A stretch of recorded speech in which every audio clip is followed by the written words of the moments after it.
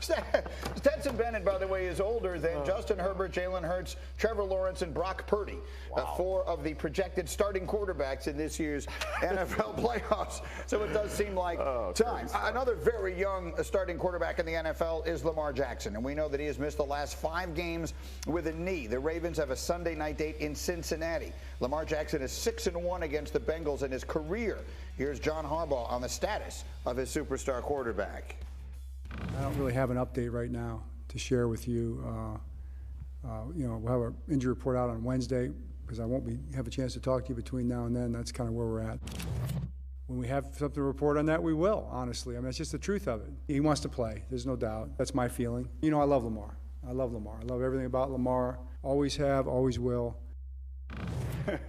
Why is that funny? Because we had the same conversation last week, and his demeanor in the interview last week was one that was not in love with Lamar. But this week, he made sure we all knew that man is his future is tied to how well Lamar feels and how well he plays. Well, look, let's start with the most important thing we can do, which is get whatever information we have. Yeah. Do we expect him to play? Look, there's optimism around the situation, right? Like, I think there's hope that the Ravens have that he'll be on the practice field this week for the first time in 5 weeks, by the way. But this is not the first time in the last 5 weeks that they've had that optimism. Yeah. So that's the problem. Until you see it, like Harbaugh, I always love coach speak. Like, he could absolutely talk to them today if he wanted to. There's no rule that says, oh, we have to wait till the injury report comes out. But I don't think he knows for sure until he sees him on the practice field tomorrow what he can expect. And again, hasn't practiced in 5 weeks. How much practice time does he need this week to get ready for the game? You know, if he's not out there tomorrow, it starts to be a big question. But Marcus, it's pretty simple. Since Lamar got hurt, or since some point this season, the Ravens went from having a terrible defense to having a very good defense. If they get Lamar Jackson back, are they a real? Are you concerned that they knock Cincinnati? Everyone's talking about Cincinnati going to the Super Bowl. Is Cincinnati one and done if Lamar Jackson plays Sunday night? No, Cincinnati gonna beat Baltimore. Listen, I would love to embellish you, and obviously, if Lamar Jackson is back and able to be Lamar Jackson, the Baltimore Ravens have much more of a chance at upsetting. This the NFL. Like, we can't just throw everything out. He's that dynamic when it comes to game-changing type plays and making defenses play you differently. But Cincinnati is a better team with Lamar on the field. But here's the thing too. Like, we'll have an overall arching conversation on this. But when it comes to these playoffs, and Lamar has been out 5 weeks, and I know what's happening in Cincy right now. They got some offensive line guys that's injured, which is may be a big issue for them going forward. Joe Burrow has been getting the ball out fast. You look at the talent on the outside. But here, let's be clear. The Baltimore Ravens have no chance without Lamar Jackson. And with Lamar Jackson, I still wouldn't pick them to beat the Cincinnati Bengals, even though that defense has stepped up a little bit. This is much more of a conversation to come about a lot of ramifications on this particular situation, though. Absolutely. I mean, contractually, and we all understand what that's all about. And look, if you were an advisor, if Lamar Jackson were to call you up and say, hey, Dominique, what should I do here? My knee hurts. I could probably play. I'm just putting, I don't know exactly what the status of his knee is, of course.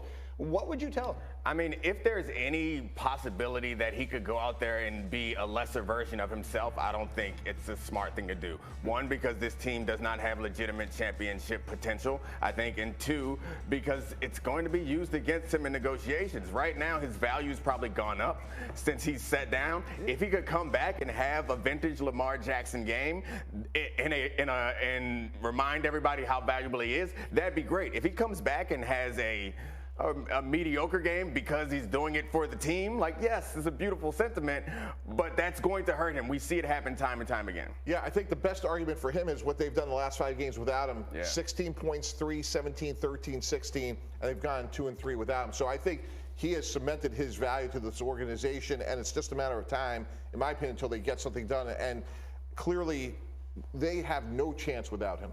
I mean, I've been saying all along, I think that the most interesting storyline of the offseason is what winds up happening with this. Are we living in a world where Lamar Jackson is on the franchise tag in Baltimore next year? I think that's the most likely situation. I mean, unless he decides he wants out and asks them to trade him. I don't know, I don't know how bad the situation is going to get between him and the team. Are we living in a world where he could be the quarterback of the Jets next year? I mean, someone just tell me the answer to this question. I don't think it's crazy. But Zach Wilson's going to make life tough on him. Don't start with me. Greeny, just make Justin Fields available. Isn't that good enough? I'm extremely fragile. Don't go start to with Chicago. me. All right, you know what? That is the perfect segue to a segment in which Dominique explains the things about which he gives zero fox. Let's make our way over there for zero fox given. These are some of the moments from this past weekend in the NFL that Dominique thought stood out most to him. Neek, take it away. Oh, I'm glad zero fox is alive for another week. Lucky me. But let's go to the Titans field goal attempt. That's the first one where the referee, Alex Moore, he's like, you think that you're going to get a practice snap, hold, and kick? No!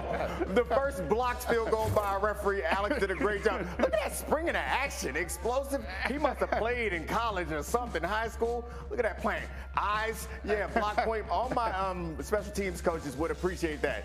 And then a little trash talk on the way back. Take that. You ain't getting no kicks off on me. No cheating around here, Mr. Stonehouse. I appreciate that. Who we got next? Joe Burrow. Joe Burrow. Oh, Joe Burrow's whole existence is about not caring very much about what you think. Here's a no-look pass. Obviously, we love it when Mahomes does it. We love it when Stafford does it. But Joe Burrow does it so incredibly well right here. But that's not the best part. The sound after the game is the best part that shows that Joe Burrow truly gives zero fox. Yeah, they asked him about what the championship window is in Cincinnati. Listen to this. Window's my whole career, and everybody that we have in that locker room, all the coaches we have, you know, things are going to change year to year, but our window's always open.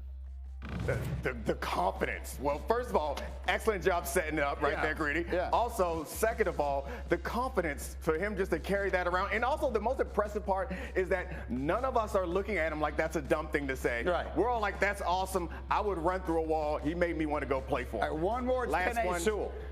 Game's on the line. Lions call a trick play. Obviously, that's a little bit gutsy, but watch Penei Sewell. The athleticism of a man this big to get downfield. This is a tribute to my man Jeff Saturday. Penei, get high.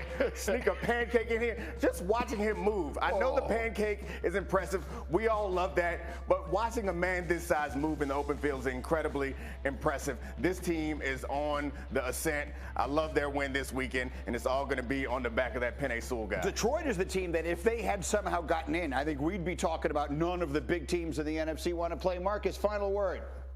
I love it. That's a beautiful zero fox given. I get scared every time I'm going to say it because I'm country and I might say the wrong thing.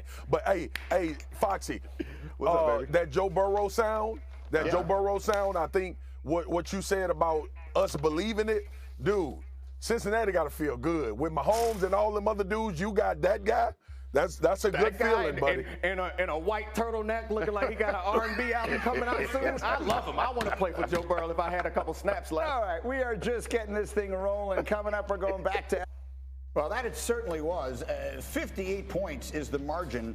That's not only the largest ever in a championship game, meaning BCS or CFP, it's the largest winning margin in any bowl game in the history of college football.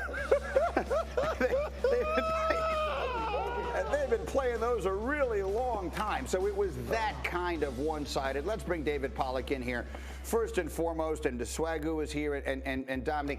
Look, I think Georgia was almost a two-touchdown favorite, David. The expectation was they were the better team, and if it went their way, they might win somewhat easily. Were even you surprised at just how dominant they were last night?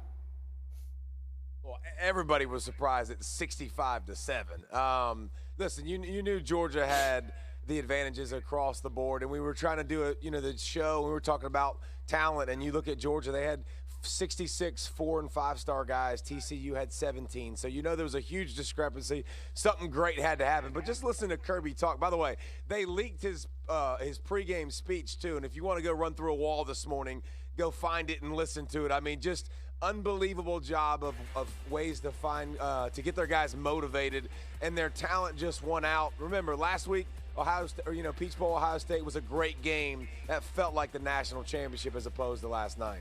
Yeah, I mean, the two games a week ago Saturday were both magnificent and both came down to the very finish, and then last night we get the blowout. So, Marcus, I'll ask you first because I feel like it is the legitimate question to ask today.